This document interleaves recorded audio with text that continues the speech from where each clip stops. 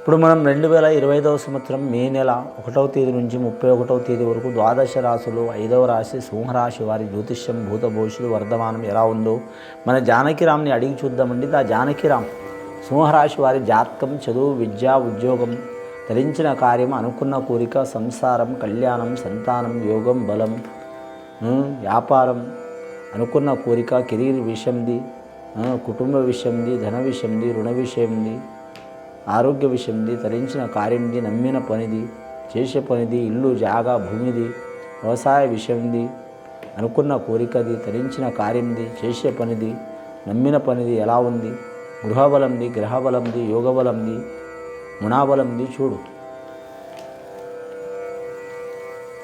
సింహరాశి జాతకంలో చూడాలంటే మాత్రం సింహరాశి మరి జ్యోతిష్య బలంలా వచ్చిండు పరమేశ్వరుడు, పార్వతీమాత, బాలగణపతి, అలాగే షిరిడి సాయిబాబా,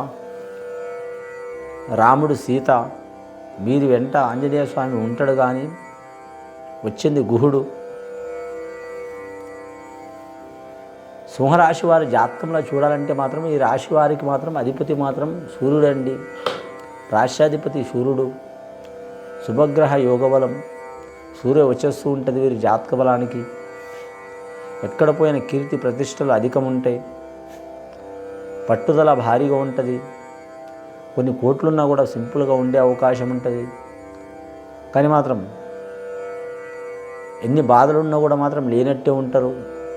చూసేవారు అనుకుంటారు కదా మాత్రం వీరు మంచిగానే ఉన్నారని అనుకుంటారు. కానీ ఎన్ని ఇబ్బందులు ఉన్నా కూడా మాత్రం మంచిగా ఉన్నట్టే కనబడతారు. అలాగే ఎంత ధనం ఉన్నా కూడా లేనట్టే సింపుల్గానే ఉంటారు. ఈ రాశి వారు తమ భేదాన్ని ఆలోచన చేయరండి, అందరూ మనవారే అనుకుంటారు. కానీ ఈ రాశివారి జాతకంలో 7 గ్రహాలు అనుకూలంగా ఉన్నాయండి, 2 గ్రహాలు అనుకూలంగా లేవండి. మొదటిది శని గ్రహం అనుకూలంగా లేదండి, అష్టమ శని ఉన్నది వీరి జాతక బలానికి. రెండవది కేతు మహర్దశ బాగలేదు వీరి జాతక బలానికి. కేతు మహర్దశ బాగలేనందువలన మానసిక పరంగా ఇబ్బందులు తప్పవు.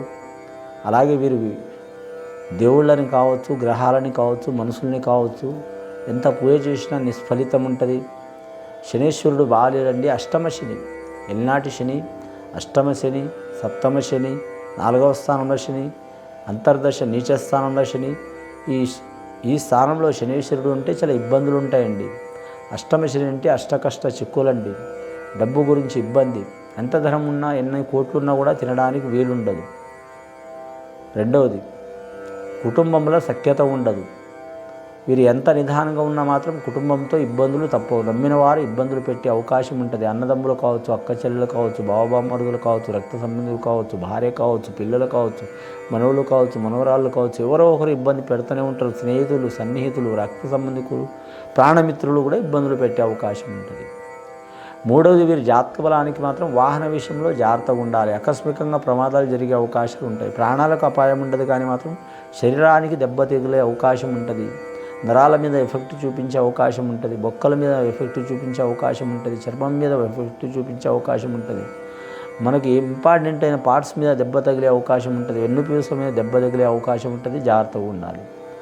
నాలుగవది వీరి జాతక బలానికి చూడాలంటే మాత్రం మనోచాంచల్యం ఉంటుంది. అంటే వీరు ఎంత నిగ్రహంగా ఉన్నా మాత్రం ఏదో ఒక ఆగ్రహమైన ఆలోచనలు వస్తూనే ఉంటాయి. ఐదవది మాత్రం స్త్రీతో విరోధాలు. వీరు విరోధం పెట్టుకోకపోయినా మాత్రం ఎవరో ఒకరు విరోధం పెడుతూనే ఉంటారు స్త్రీతో.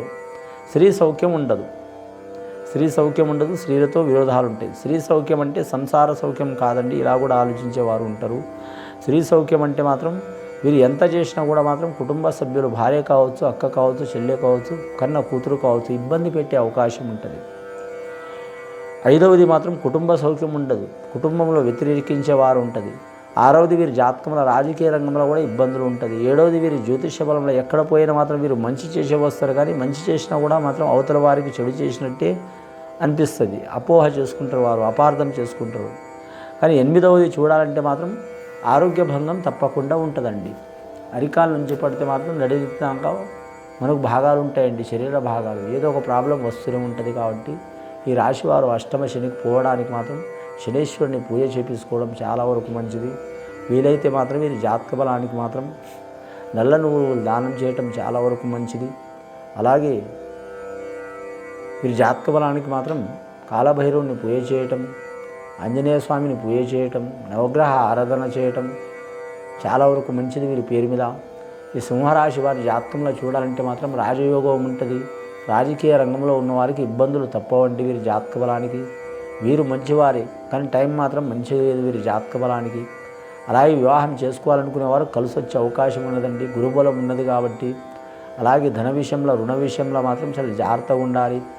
గుణం చూడాలంటే పిల్లల కాడ పిల్లల మనస్తత్వం, పెద్దల కాడ పెద్దల మనస్తత్వం, అలాగే స్త్రీల కాడ స్త్రీల మనస్తత్వం, ఇలాంటి గుణం కూడా ఉంటుంది. అంటే అందరి మాట వినే అవకాశం ఉంటుంది. ఎవరితో ఎలా ప్రవర్తించాలో అలా ఆలోచన ఉంటుంది వీరి జాతక బలానికి. ఉబ్బా నక్షత్రం వారి జాతకంలో చూడాలంటే మాత్రం ముఖ్యంగా మాత్రం శుక్రమహారదశ మహాలక్ష్మికి పూజ చేయాలండి, ధనలక్ష్మికి పూజ చేయాలండి, అష్టలక్ష్మికి పూజ చేయాలండి, చాలా మంచిది. అలాగే శివుడికి పూజ చేయాలి, శివపార్వతి విఘ్నేశ్వరికి పూజ చేయడం చాలా వరకు మంచిది. సంకటహరి చతుర్థి రోజు మాత్రం బాలగణపతికి పూజ చేయడం చాలా వరకు మంచిదండి.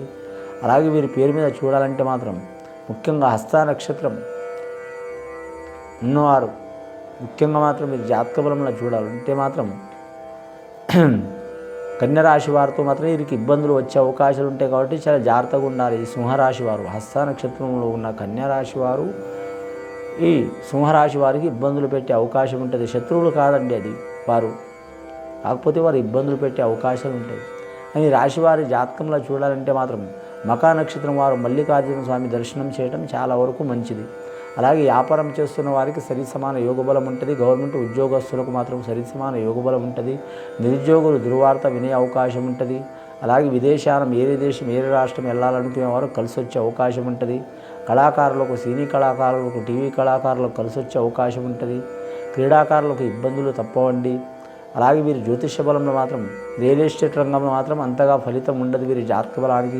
వ్యవసాయ విషయంలో మాత్రం సరి సమాన యోగ బలం ఉంటుంది. పౌల్ట్రీ రంగంలో కలిసి వచ్చే అవకాశం ఉంటుంది. ఇక జీవరాశుల వ్యాపార విషయంలో కలిసి వచ్చే అవకాశం ఉంటుంది. ఈ రాశివారి జాతకంలో చూడాలంటే ముఖ్యంగా వివాహ కార్యాలు టైం తీసుకోవడం చాలా వరకు మంచిది.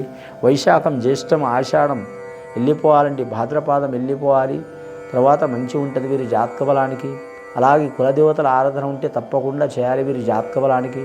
ముఖ్యంగా మాత్రం గ్రహబలం మాత్రం కేతుగ్రహ బలం మంచిగా లేదు కాబట్టి మాత్రం మానసిక ఒత్తిడి చాలా ఉంటుందండి వీరి పేరు మీద.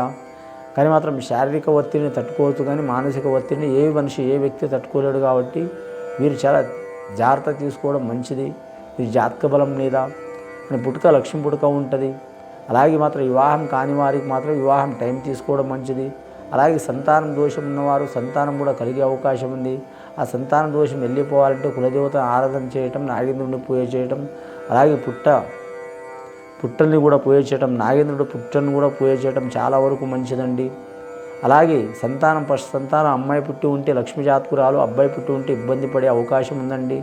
గర్భిణీ స్త్రీలకు మాత్రం కొన్ని గర్భస్రావ దోషాలు కలిగే అవకాశం ఉంది. అలాగే మాత్రం సంతానం కలిగిన తర్వాత కొన్ని ఇబ్బందులు పాలయ్యే అవకాశం ఉంటుంది. హాస్పిటల్లో ధనం ఖర్చు అయ్యే అవకాశం ఉంటుంది. వీరికి వచ్చే ధనం కూడా టైంకి రాదండి. ఇవన్నీ చికాకులు తొలగిపోవాలంటే ఇందాక శాస్త్రంలో వచ్చినట్టు కరెక్ట్ మాత్రం ప్రశ్న శాస్త్రంలో వచ్చినట్టు శివపార్వతుని పూజ చేయటం, అలాగే మాత్రం ఆంజనేయ స్వామిని పూజ చేయటం, నవగ్రహాన్ని పూజ చేయటం, శనేశ్వరుని ఆరాధన చేయటం చాలా వరకు మంచిది. ఇది విని చూసి ఆచరించే వారికి మంచి ఫలితాలు కలుగుతాయండి. శుభం భూయత్.